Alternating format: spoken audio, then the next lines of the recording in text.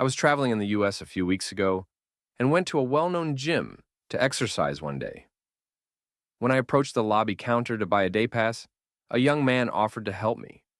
He bent forward to put my information into the computer, and suddenly I saw that he was wearing a gold necklace with a pendant on it, in the exact shape of geographic Israel.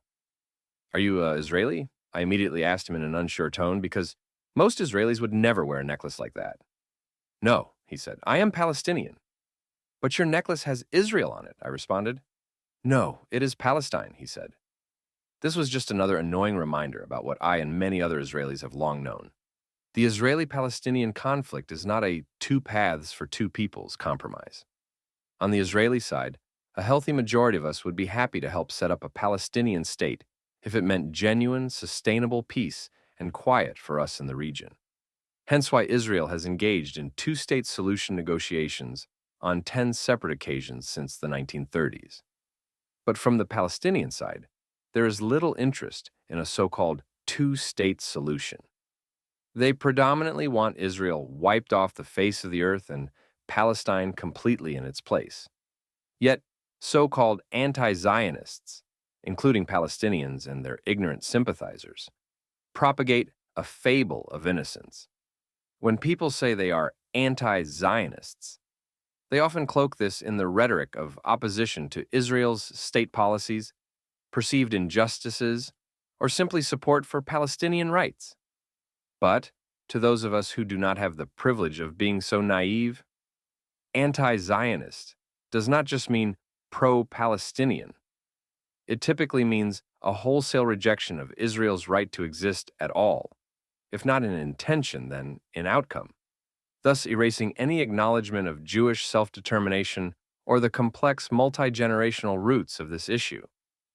It is as though opposing one aspect of Israel justifies opposing all of it, including the 10 million people living here. Being anti-Zionist is not about justice. It is a game of rhetorical one-upmanship that distances us from the human beings in this story. Anti-Zionists get so caught up in proving whose suffering is worse or whose cause is more justified that they begin to deny Israelis human rights. Such stances ignore the nuances of history, the complexities of current affairs, and the genuine human suffering on both sides.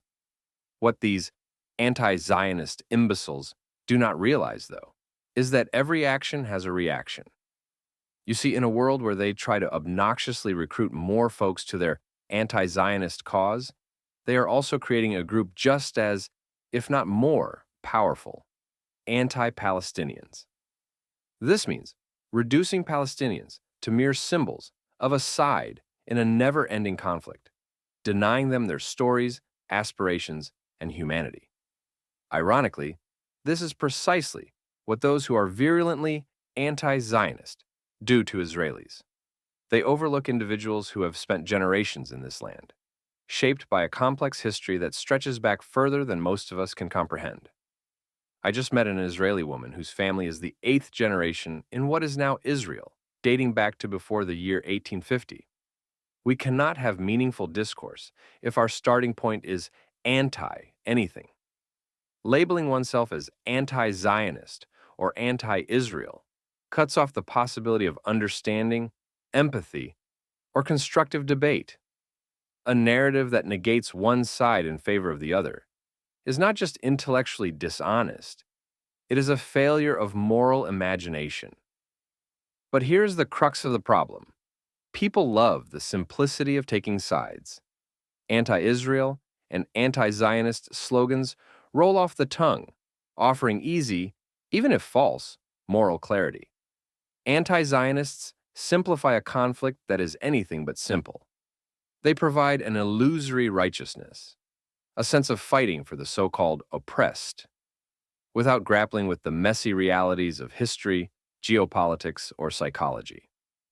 What most of these fervent critics fail to understand is that this is not a conflict of monolithic identities.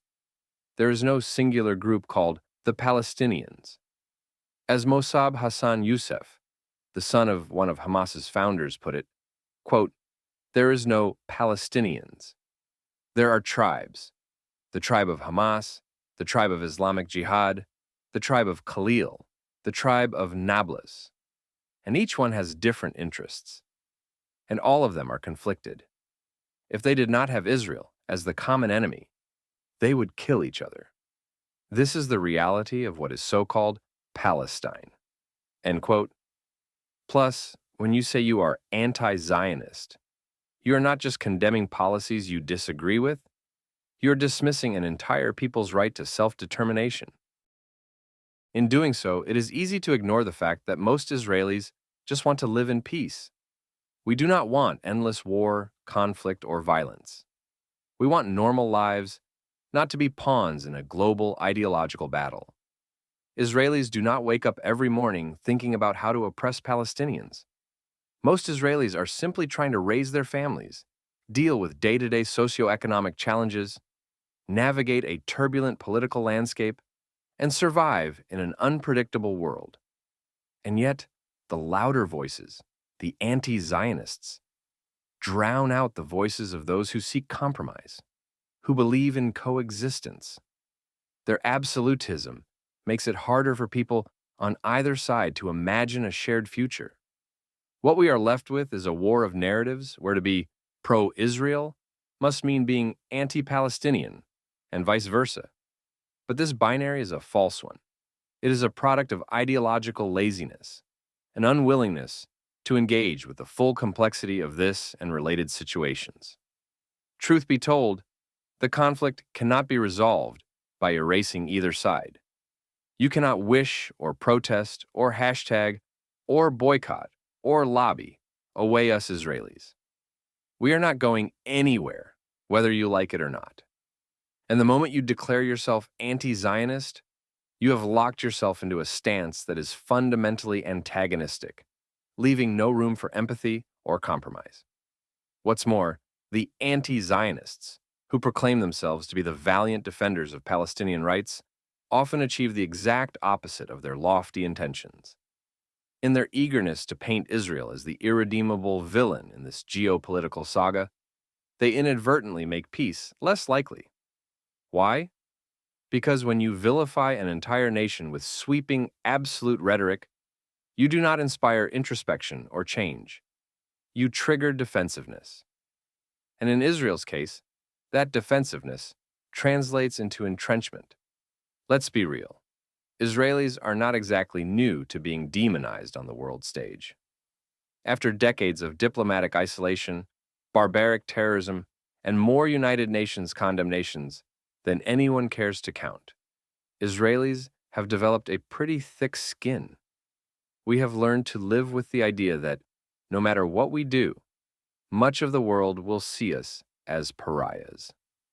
Thus, when anti-Zionists come along with their morally pure hashtags and protests, the average Israeli is not exactly quaking in their boots or rethinking their stance. If anything, they roll their eyes and tighten their grip on the very policies and security measures these activists say they abhor. Here's the kicker. This hardening of positions does not just affect the far right or the far left. It pushes even the moderates, the ones who might very well be open to compromise, into the anti-Palestinian corner. When you insist that Israel is the source of all evil in the region, you leave little room for nuanced discourse. And when people feel cornered, they stop listening. That is not a threat, just human nature. The result? More skepticism toward peace initiatives, more mistrust of international diplomacy, and ultimately, more fuel for the naive pipe dream because the world will never accept a Jewish state, no matter its policies or intentions. And it gets worse. By shouting for Palestinian rights, while painting Israel as a monolithic oppressor, these anti-Zionists give a convenient boost to the Israeli hardliners, the very people they claim to despise. Every inflammatory speech, every overblown comparison to apartheid or Nazism, every boycott that targets Israel as a whole becomes more proof for those in Israel who argue that the international community is hopelessly biased, irredeemably anti-Semitic and fundamentally opposed to the Jewish people's right to self-determination. Anti-Zionism, far from being a catalyst for so-called Palestinian liberation, becomes the unwitting accomplice to Israeli intransigence. Palestinian leaders, after all, are the poster children for intransigence, openly proclaiming their goal of destroying Israel, if not in words, then in deeds. Even before this war, it became clear that the Palestinians were going nowhere under the belligerent intransigence of Hamas in Gaza, as well as the quieter but equal intransigence of the Palestinian Authority in the West Bank. Lacking a peaceful resolution to their forever conflict with Israel, the Palestinians' economy suffers very low rates of progress and expansion. Only political stability and the rule of law, neither of which have ever existed in the supposedly illustrious history of the Palestinians, can provide the basis for serious economic growth that supports effective state building. As Edward Rettig, a member of the Israeli human rights organization Rabbis for Human Rights, put it, quote, "The general lack of any ability to recognize the tragic nature of the conflict, that there is some justice on the Israeli Jewish side, justice equal in importance to the justice of their cause, renders most Palestinians incapable of genuine compromise. The best they could do was to make tactical compromises, as long as these brought them some success. In other words, left to their own devices, the Palestinians probably cannot deliver a genuine peace agreement." End quote. The key strategic factor to bear in mind is that Palestinian intransigence has never been self-supporting. As Rettig accurately indicates, so-called Palestine is a political fantasy made possible by funding from outsiders, such as the Islamic Republic of Iran, Qatar, and UN agencies like UNRWA, the only refugee organization dedicated to a specific group, the Palestinians. UNRWA is particularly problematic because, beginning in 1982, it deliberately expanded the right to be defined as a Palestinian refugee to include every generation of descendants. In other words, even the great-grandchild of a refugee is also considered a refugee. Of course, UNRWA did this with a nefarious agenda: to legitimize the preposterous Palestinian claim of the so-called right of return, the principle that Palestinian refugees and their descendants have a right to return to the homes and lands in what is now Israel, from which they or their ancestors were displaced during the establishment of the State of Israel and the subsequent Arab-Israeli War in 1948 that the Arabs started, encouraging the Palestinians to evacuate their homes so that they could wipe out the Jews. By upholding this absurd right of return for the 5.6 million Palestinians who currently claim refugee status via UNRWA, Palestinian leadership and their anti-Zionist supporters cement their overarching objective: to dismantle the Jewish state, not by military power, which has already been tried and failed several times, but by an invented right exclusively afforded to the Palestinians.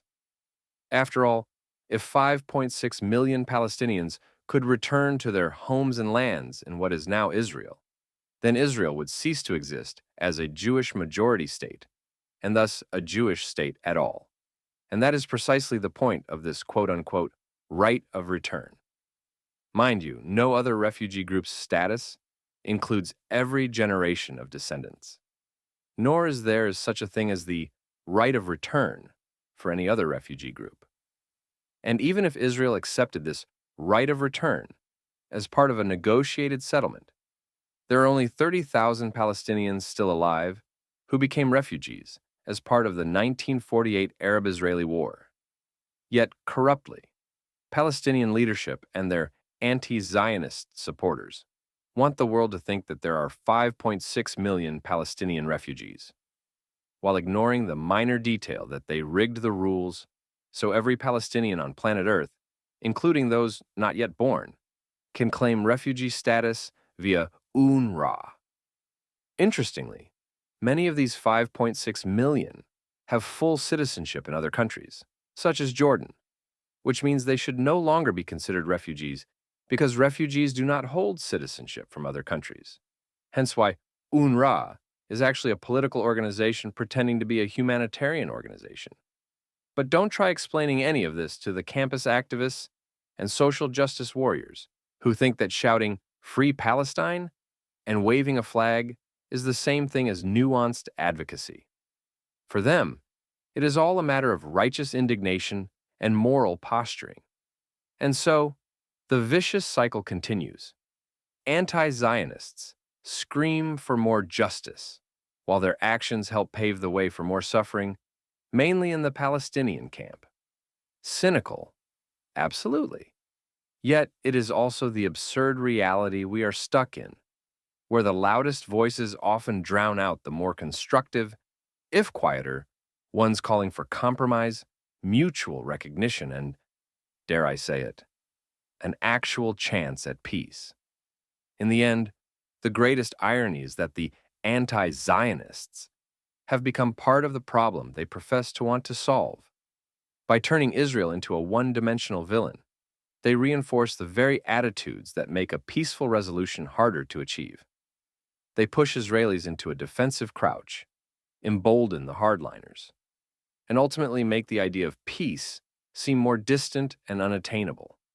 Meanwhile, the people who suffer most from this ideological rigidity are the very Palestinians whose rights and futures these activists claim to champion. But hey, at least the hashtags are catchy. Genuinely, I do not want to be anti-Palestinian. I want to be anti-simplistic narratives, anti-rhetorical tribalism, and anti-reductive slogans.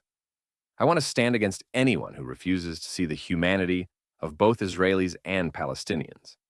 But now that I and so many others are effectively being forced into a choice between being anti-Israel, that is, pro-Palestinian, or being anti-Palestinian, that is, pro-Israel, of course I am going to opt for anti-Palestinian, that is, pro-Israel.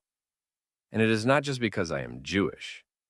It is because, given a hefty sample size, Israel on the whole does far more good for our world than do the Palestinians. Perhaps more than anything, I am pro-progress, pro-democracy, and pro-human rights, all of which are far more common and celebrated in Israeli society than in that of the Palestinians. The devil's advocate might say, if only the Palestinians had their own state, they could do more good for the world. What utter nonsense! There are already 22 Arab states.